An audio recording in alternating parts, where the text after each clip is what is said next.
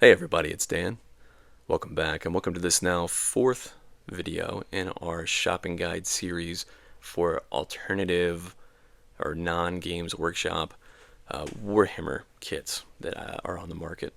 And I say this is the fourth one because we've taken a look now at Empire, Bretonnians, Orcs and Goblins, and now we'll be focusing today on Undead, which will include both Vampire Counts and Tomb Kings, or any of the other assorted Age of Sigmar factions, which have names that I'm not familiar with. But all of these, I think, would work very well with any of those factions, and it's something that I've seen done, it's something I've done personally with in some of my own projects, and it's something that I can recommend. These are all going to be multi-part plastic only, which is also a rule that we've stuck with my previous videos, by which I mean we are not going to be looking at any monopose plastics from companies like Reaper. We're also not going to be looking at STLs, like no 3D files, no metals, no resins. There's tons and tons of options on the market out there, and I'm sure there are some videos kind of going over those from YouTubers more well versed in that subject matter than I am. But almost all of my hobby background has been in multi-part plastic 28 mil figures, so that's where we're going to be focusing on today. I should also mention too, and I've done this in the previous videos, that if you're not used to any of these manufacturers, if maybe your only background is in Games Workshop sets, all of these are going to be slightly smaller than what you're used to.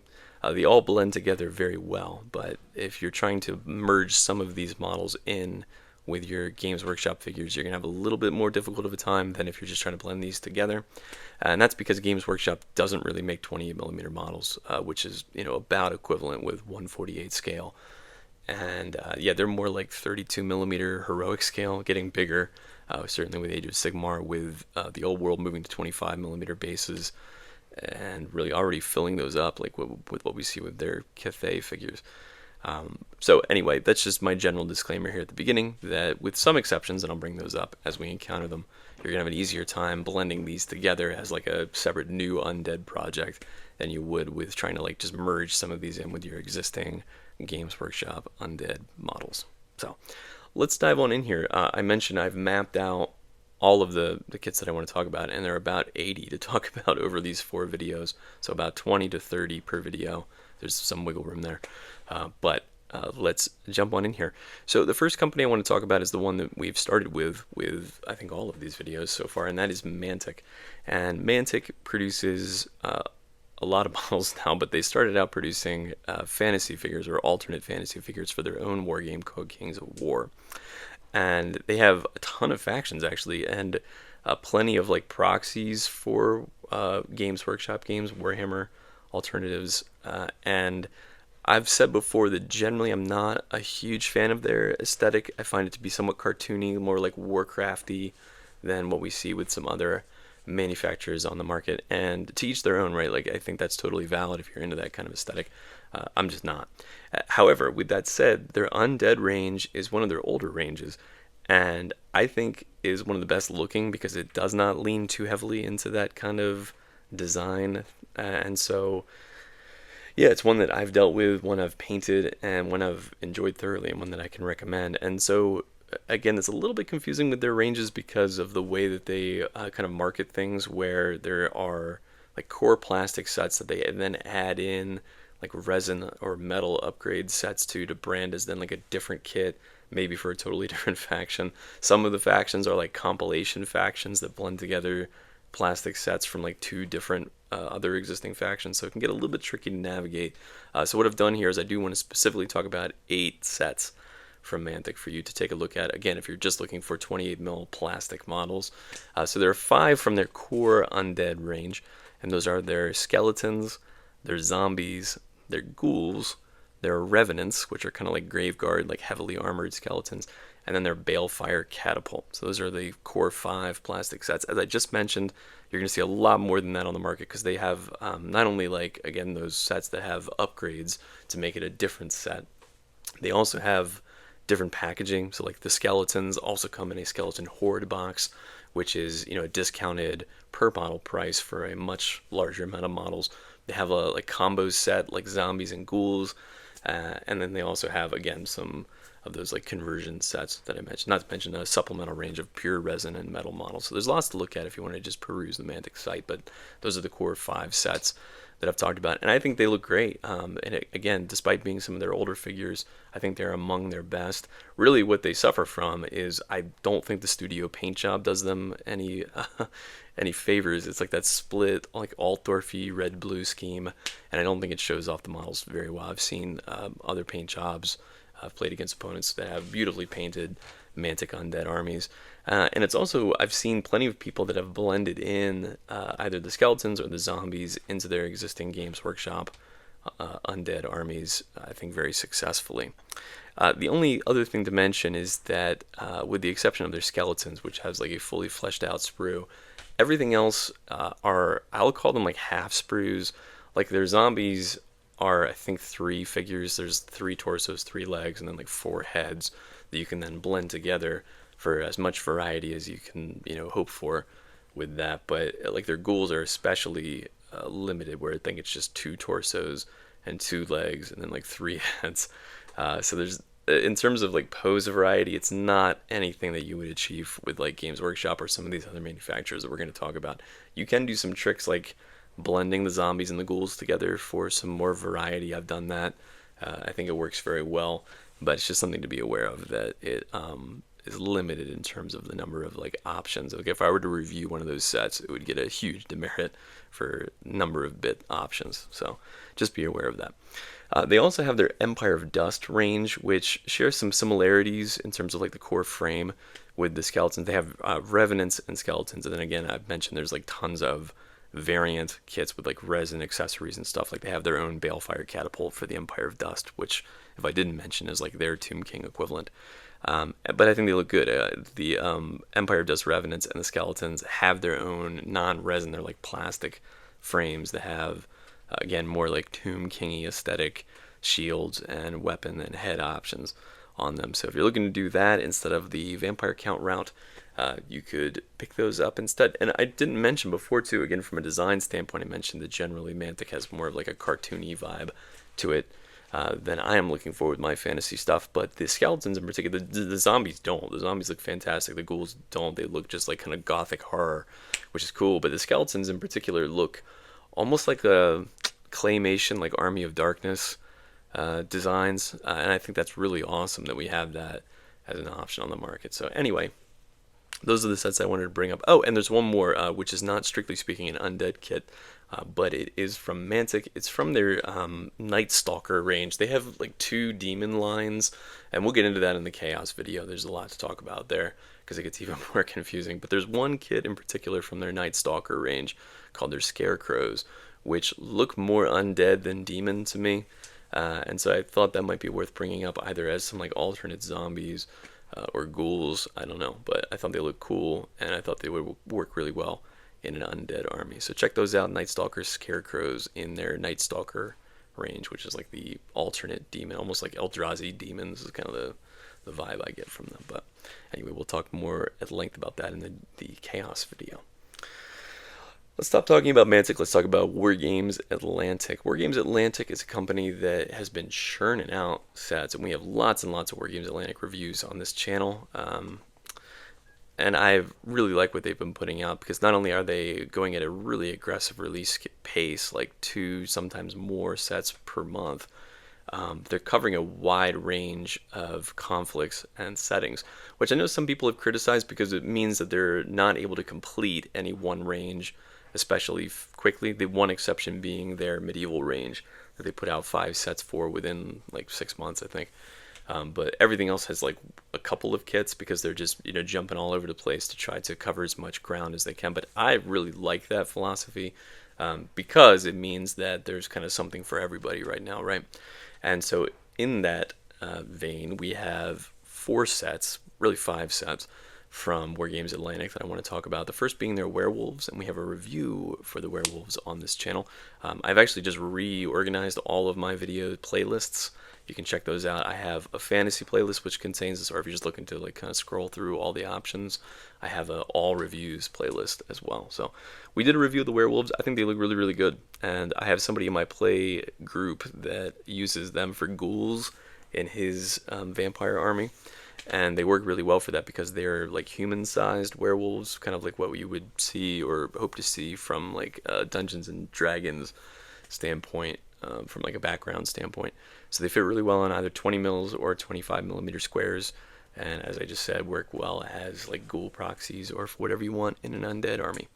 They also have several skeleton sets that are worth looking at. There's the Skeleton Warriors, which we have a review up for on this channel, and kind of contrasting with the Army of Darkness aesthetic that we saw with Mantic, these have more of a like classic Greek look, sort of more like sticking with claymation. Jason and the Argonauts is kind of the aesthetic that you've got with these, and I think they look really, really good. That carries through with the equipment, like the arms and armor that they're carrying, but also like the weapons. And I think that you could make a really neat looking army, certainly like a Greek themed Tomb King army, I think would be very easily achieved with these models. And they also have, sort of supplementing that idea, they have a Skeleton Cavalry and Chariots box, which, as the name implies, contains both Skeleton Cavalry and Chariots, all of which share the same design aesthetic that you see in the Skeleton Warriors box. And they also have, if you're looking to like build an army up, I would strongly recommend you check out their Army Builder box, which contains all of those. So it contains, I think, a crazy amount of warriors, and then 4 chariots, like 15 cavalry. So I think it's something like $80. So if you're looking to build up a Tomb King army, you could pick that box up and be well on your way to a completed Tomb King army for a very, very cheap amount of money compared to what you would be paying at Games Workshop for a similar number of models. So they also have one zombie set, but 2 that could work well as zombies. Their pulp is in their pulp range. It's called zombies, so obviously those will work well as zombies. But they have a lot of heads from like different historical time periods, which is cool because it means you could use them for whatever you want. If you want Napoleonic zombies, you've got that. World War II zombies, you got that. You want like medieval zombies, you got that too. So it's sort of a open-ended kit that way, which I really, really dig. And then they also have their Peasant Levy from their medieval line, which would work well as a standalone set as more like freshly killed zombies or raised zombies, or you could blend it in with the pulp set and create a nice mix of different zombies there. So lots to play with, lots to think about, and lots of great things coming out of Wargames Atlantic, and I fully expect they're going to be adding in some more Undead shortly. So we'll see what comes there. Let's move into the Oathmark range, which is produced by Northstar. We have lots of Northstar reviews on this channel in both their Oathmark and Frostgrave ranges. There are 2 sets from their Oathmark range that are worth looking at. There's the Skeleton Infantry and the Skeleton Revenants. And I've not dealt with these personally, but I've dealt with a lot of Oathmark sets, and I've had nothing but good things to say about all of them. And the only criticism that I've read, and again, I've seen these in person, and I didn't have the same impression, so I can't really speak to it other than just to say that, which is that I didn't think this when I saw them. But I've seen criticisms online that they're a little bit small, and again, going back to my early disclaimer, which is that all of these sets are kind of small compared to Games Workshop. Again, these are more like true scale 28mm sets versus the heroic scale 32 mils that we see from Games Workshop. So I don't know if it was that. Again, I haven't really like dealt with these sets yet, but I would like to. But I can only say that from looking at the sprues, looking at the assembled completed models, and having dealt with a lot of other Oathmark sets, I can say that Northstar really does put out quality products, and I really like the design of these. Again, contrasting with the kind of Greek hoplite design that we saw from Wargames Atlantic, more classic like gothic horror that we saw with Mantic. These have almost like a Sea Peoples vibe going on, and I really like that, like Bronze Age undead in both the infantry and in the revenants, which are more like Draugr, like more like mummified versions there. They're more padded out than the infantry, but it has similar design elements to both sets, so I think they would make for a really solid foundation, again, for like a Bronze Aged themed Tomb King army. So again, nothing but great things to say about the Oathmark range in general, so I would recommend you at least check these kits out if this is something that interests you. And I think, again, the sculpting on things like the like bones and stuff all look really, really good. So Anyway, let's talk about Frostgrave now, also produced by North Star. This is sort of the like fantasy skirmish equivalent to the Oathmark Mass Battles game. And Frostgrave has lots and lots of sets out. There are four that I want to talk about, kind of a fifth to keep in mind, which is coming down the pipeline here sometime in the next couple of months. There is the Cultist 1 and Cultist 2 sets, which I personally would think would work really well as ghouls. And I come from an era where ghouls in the Warhammer setting were alive. They literally had the alive rule in 6th edition Warhammer, which led to lots of cool things like being able to flee with them, from a tactical standpoint. But I also just like that conceptually of ghouls not being dead like the rest of the undead army. But anyway, so as a result, I have that bias of thinking that all of these like human adjacent figures would work well as ghouls. So the Cultist 2 set we have a review for on this channel. I think it's a fantastic set. Again, I have playlists that contain these reviews if you're interested in checking them out. Cultist 1 I have not looked at, but I brought up that there's one coming down the pipeline here. It's the Cultist 3 set, which should be out this fall, which is as I understand it, a refreshed version of the Cultist 1 set using the same sculptor that did the Cultist 2 set. So it's a lot of numbers and a little bit confusing, but the long and short of it is that we're going to have 3 Cultists set by the fall of 2025, and what they share in common, other than being like, again, cool cultists, right? Robed human figures that are just kind of creepy. They also all incorporate some undead bits. The Cultist 1 has like skeleton heads and arms, just a couple of them, just to add some flavor to these models. But the Cultist 2 set has some zombie bits as well. And so all of that is to say, I think you could make for some pretty neat looking undead models just with some paint jobs and maybe some bit swaps if you're looking to do that. Or as I said at the beginning, you can just keep the human bits and call them ghouls, which is what I would do. And I think that they all look really, really good. There's also the Wizards 1 and 2 sets from the Frostgrave range, which have a really nice array of bits. We looked at the Wizards 2 set, and I thought that was phenomenal. And it would make for some really great necromancer figures or some other characters for your undead army. So check those out. Again, the Cultist 1, 2, and then eventually 3 sets. And then the Wizards 1 and 2 sets from the Frostgrave range. I'll have links, if I didn't mention it, to all of these manufacturers down in the description if you wanted to check them out. Let's talk now about Fireforge, because Fireforge has a small but strong range of fantasy figures in their Forgotten Worlds line. And they have 3 sets out in their Undead range, which I think is just called Living Dead. And they have their Peasants, which we have a review up for on this channel. Their Warriors, which are like heavily armored skeletons, like something between a Graveguard and a skeleton. And then their Knights, which are just mounted versions of their Warriors. And they're all fantastic. And I said at the beginning that with some exceptions, all of these models are going to be smaller than their Games Workshop equivalents, and these are the exceptions, where these are pretty much the exact same scale as Games Workshop Warhammer, at least going back to like 7th edition, right, 7th, 8th edition, which is when I did a majority of my playing. I can't really speak to like Age of Sigmar, or as I mentioned earlier, like kind of the growing scale creep that we see in the old world new models. So I don't know if they'll scale up well with those, but they would definitely scale well with any like 7th, 8th edition era Warhammer army, and they're beautifully done. And sort of a sidebar, but that the sculptor who did this whole range actually commented on that review video that I did, and I found him to be a very charming guy. He had some great insights into the development of this range and his work on it. So anyway, just again, side note, he seemed like a cool guy.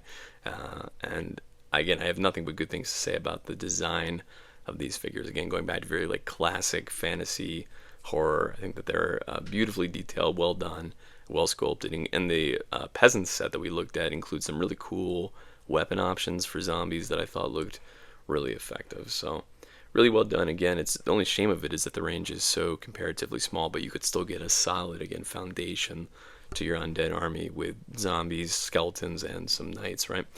You should also look at their Folk Rabble set, which is also part of their Forgotten Worlds line. But it's the non-dead faction, right? It's the human faction. But I've seen some very effective conversions, kit bashing the Living Dead Peasants with the Folk Rabble to just add some more variety to your zombies. Or as I keep coming back to, if you just wanted to use the Folk Rabble as like ghouls, as the alive equivalent to the Living Dead Peasants, that's totally up to you too. But they all look fantastic, and as I've said before, they scale very well with any existing like 7th edition Warhammer models that you might have in your collection. The final kit that I want to talk about is from Warlord Games, and I've sort of saved the worst for last in this particular case. I don't normally go into this and talk about my recommends for sets, because normally I'm just trying to present the information that's out there and let you decide for yourself. But for 2 reasons, I'm going to make an exception here, which is that I don't really recommend that you pick this set up, because if you've been following this channel for a while, you'll know 2 things about this set. It's the Skeleton Warriors from Warlord Games. It's a set that was actually produced by Wargames Factory, which is a company that went out of business in the mid-2000s. All of their sets were snatched up by Warlord, and then some cases retooled, but mostly just repackaged as Warlord sets. And all of those, I have nothing but love for Wargames Factory for what they did for our community, because they were really one of the first companies, other than Warlord, to be producing multi-part plastic sets outside of the Games Workshop world. And so that was a really big deal. But I found all of their sculpting to be kind of shallow from a detail standpoint, and some of the proportion issues that existed in like heads and arms on sets sort of permeated all of their ranges. So I was never like a huge fan of Wargames Factory, and since Warlord basically just repackaged a lot of them, I'm not a huge fan of the Warlord kits. But this set in particular, the second reason, is that if you saw my least favorite sets video, you'll know that this was my pick for Warlord Games' least favorite set. And if I had to make like a top 10 ranked like worst kits video, this might be my number 1. And the reason for it is because not only does it have like some of the shallow details that all Wargames Factory sets had, not only does it have some of the proportion issues, particularly with arms and heads versus like body ratios, they're a nightmare to put together. And I don't say that lightly. Again, I have tons and tons of experience building figures. They not only do you have to like assemble the torso with the arms, with the heads, the weapons are separate. Like it's not like you have to separately glue it into the hand. The legs are separately detached from the torso, which are 2 individual legs to glue onto the torso. And then the feet need to be glued to the legs for no reason that I could possibly conceive of.